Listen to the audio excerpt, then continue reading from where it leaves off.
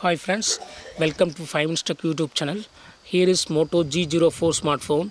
In this video, you will learn how to turn off camera open by double press the side button of your phone Moto G04.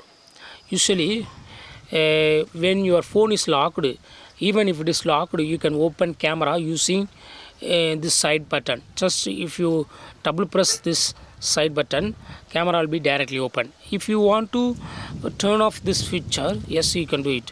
What you got to do is go to the settings of your phone here, go to settings, then go to gestures, go to settings, then gestures, then here select double press the power button, and by default it is set to launch camera, so that the camera is directly opened.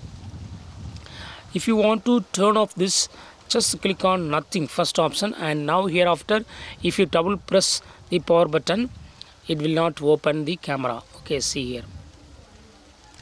So in this way you can easily deactivate or turn off camera open by double press the power button in your phone Moto G04. That's all friends, thanks for watching, bye.